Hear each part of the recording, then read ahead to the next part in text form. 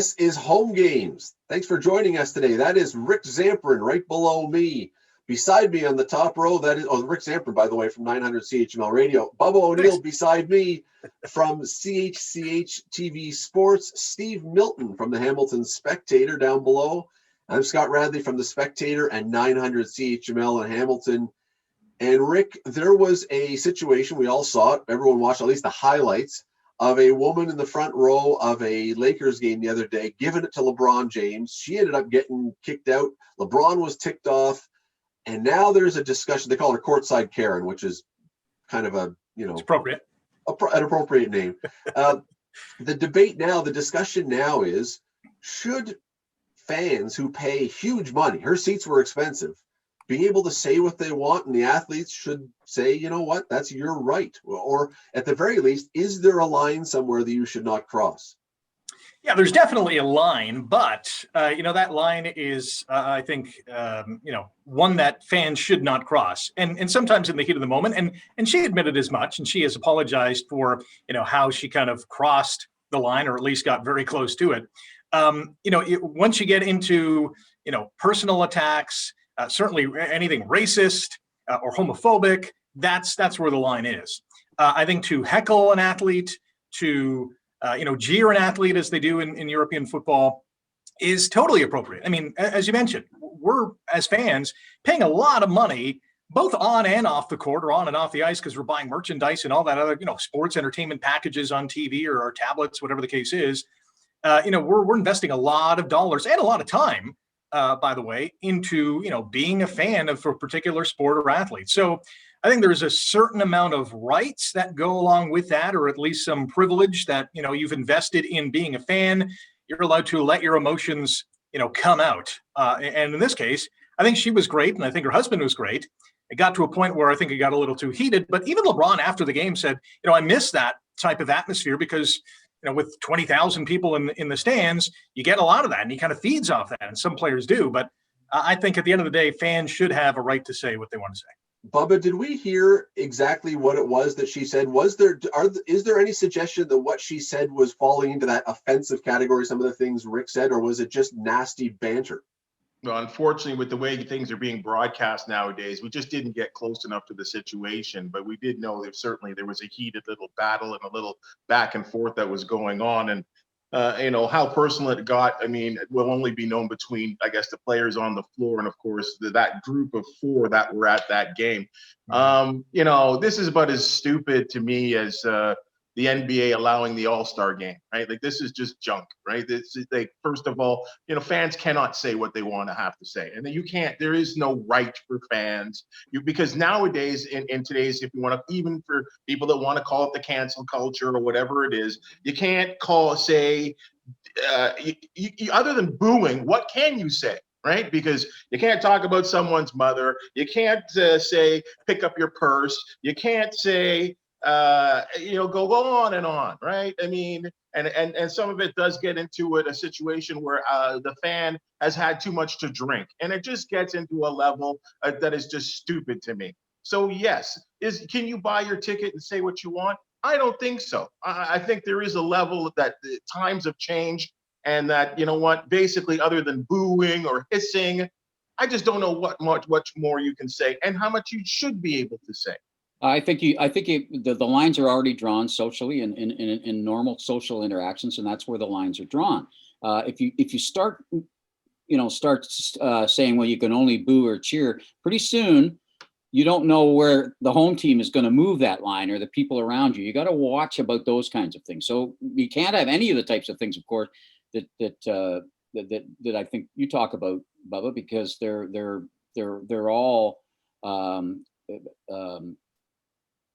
They're offensive in those ways, but you have to watch. I think you leave it at what it is for offensively. I think the big question here, well, first of all, I think she was kicked out because she stood on the court.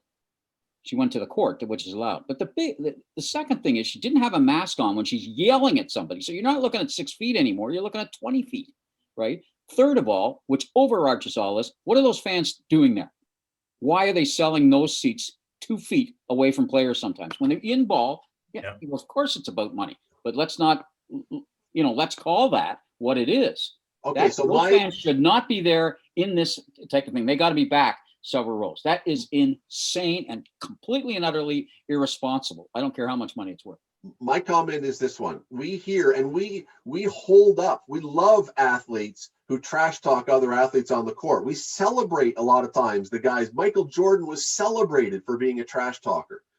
So if Michael Jordan or anyone else can trash talk another athlete, why can a fan not trash talk an athlete? As long as, again, all these lines we're talking about are looked after. We're not talking about homophobic or sexist or racist. As long as if Michael Jordan can say something nastier than all nasty to an opponent, why can a fan who's paying their salaries not say the same thing? Two different things, Scott. That's two people within the arms of competition against each other. I mean, and Larry Bird, the greatest trash talker of all time in the NBA. Sure.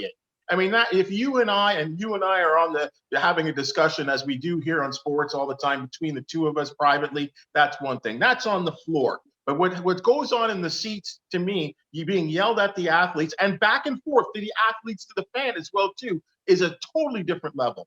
Well, it depends, too, if you're disturbing the people around you. You remember people stopped going to the Ticat games in the late 90s. Partly, it wasn't a lot of people were rowdy and yelling at the players, but that wasn't what bothered them. Was the action between the players and admittedly it's farther away. It was how it affected the culture of the people that are around you. So if I paid the same ticket price, let's say for the one for $200, and somebody beside me is running just going crazy all the time, that one is kind of like an internal control issue. But really, when you go to a place like Boston and watch the Red Sox and listen to what those players, because they're so close there, I mean, there's no closer place for, especially down the third base line. It is incredible and great. And people want to sit there to hear what the creative trash talk is going to be like from the fans. That's where my warped mind comes in sometimes. I remember sitting at, the Rogers Center and, there's like 12,000 fans in the stands and you can almost hear everyone in, the stadium. And if you're near a great heckler, I mean, that's more entertaining than the game sometimes because the creative things that they're saying, trying to get, one of the opposition players off their game or, out of their headspace. And sometimes they react, and more often than not, they don't. I think it's just an entertainment, some added entertainment. But the fans always go too far. They always do. And because they're drinking. Because they're drinking. Right? Well, that's a different story. That's what I'm talking about internal control, Bob. You got to watch, they all have, I mean, you go to a Ticat game and they've got a whole bunch of service people. Sometimes they used to be, they're a little better now. They used to be a little too hard on the people around. You got to control the drinking and the rowdyism and bothering the people around you, not the players, the people around you. I remember a time at Ivor Wynne Stadium and the uncovered stand sitting there, and I was a much younger lad with my father watching an Alouettes and Ticats game. And I'm telling you, the fans got so rowdy, so over the top, and they were particularly, I think his name was Alfred Payton, big pass rusher for the Alouettes at the time. And he ended up turning around and giving us the big finger, right, for that action, because the Ticat fans, and I was young, I was like going, oh my God, look at what's going on here. And that was then, right? That was then. And what's going on now? I mean, you just can't. What's a finger? I'll tell you what that is. That's the Hamilton hello. That's the Hamilton. We love you. Two things. Number one, Scott, you have to blur that. And number two, I think the greatest heckling comes from The Simpsons, where Daryl Strawberry got heckled to no end that he started to cry. So yeah, I mean, these athletes have feelings too, but I think they expect it as well. I mean, it's part of the whole, experience of being a pro athlete. Here's the concern, and Steve mentioned it, and shocking because, Steve is maybe the most left-wing guy on this panel. So, but I appreciate Steve's point of view on this. I don't want to leave the decision about where the line is in the hands of the organizations. Look, it used to be once upon a time at Maple Leaf Gardens, you could take signs and hang them in Maple Leaf Gardens. Remember that? You'd see the banners behind. Then all of a sudden they started cracking down. You can't say anything that might upset someone. If you leave it to the organizations or the leagues, they will always protect the players to the point that they'll move further and further and further. And so unless you're stepping over one of those lines we've discussed, as far as I'm concerned, you can say whatever the heck you want, as long as you're not belligerent to the point. Bigger than the players, Scott. They're protecting their brand. Well, it's all those things. You have to have in every stadium now, any sign you hang basically has got to be approved by the people. Yeah, if you get to hang them at all. it gets so sanitized. Look, I as long as you're not saying something that's wildly offensive over one of those lines or something else, if you can come out to the game and yell at someone and he's making 40 million or 30 or 20 million dollars, you know what, if he wants to trade and say, I'm too sensitive, I can't do this anymore, hand in your $20 million check and go home, and we'll find someone else who will be happy to take that verbal abuse or whatever you want to call it in exchange for that lifestyle. I'm okay with it. You tell that to LeBron James. In an angry voice. I'll switch with LeBron. I'll take his paycheck for one day. Just for one day, I'll take his paycheck and take the abuse. Anyway, what do you think? Should fans have limits? Should teams and leagues and everyone else put limits on fans? Or as long as those lines, and again, the limit, there's always going to be a limit. In society, there are limits, but not talking about those lines. Anything beyond or before those limits, should there be limits on them? Let us know. Comment down below. I was very cumbersome there. A lot of limits.